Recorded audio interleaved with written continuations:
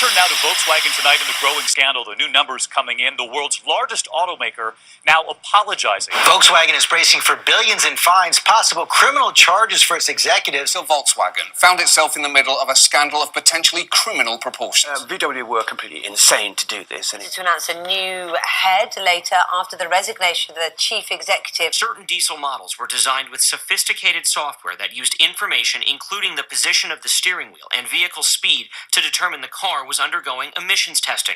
Under that circumstance, the engine would reduce toxic emissions. That's it. Dishonor on your whole family. The people at the very top have stepped down.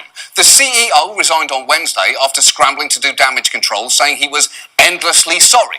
I don't get it. Statement when he said he'd quit, where he described what was going on as irregularities. Our company was dishonest, and in my German words, we've totally screwed up. The VW cheat begins here at an emissions testing station, but after the test, the controls switched off again, meaning the car would emit illegal levels of pollutants up to 40 times higher than allowed. Is it criminal? It does feel criminal.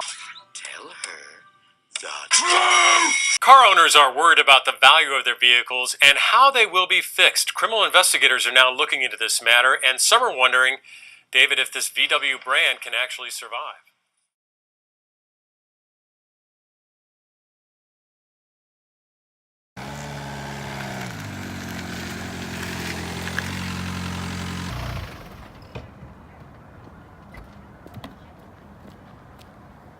That was Volkswagen 2 years ago. This is Volkswagen today, and we're going to talk about what's changed.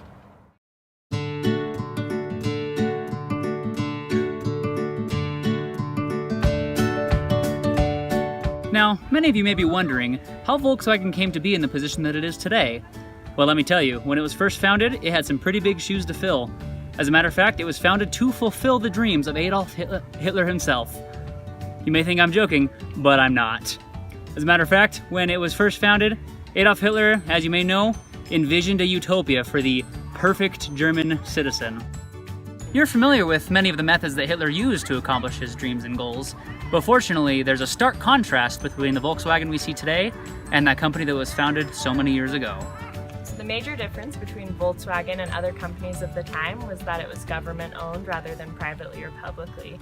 And that changed the goals of the organization a little bit.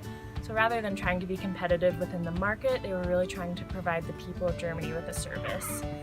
That changed a little because Volkswagen was formed right before the war, and so they switched their gears to manufacturing war vehicles. And then right after, they went back to their goal of developing a safe and reliable car for the German people that is cheap. So after the war, Volkswagen continued to develop their car and succeeded in making the VW Bug. And because they succeeded in making a cheap car that was also durable and reliable for people, they were able to do really well in the American markets later on in the century when they transitioned there. Though Volkswagen was very focused on the individual and being a people's car, over time that is not the case. Over the last 60 years or so, Volkswagen has purchased very fancy, eloquent companies such as Lamborghini, Ferrari, Bugatti, just to name a few. Volkswagen has started to shift their gears into something more focused on competition rather than focus on the customer.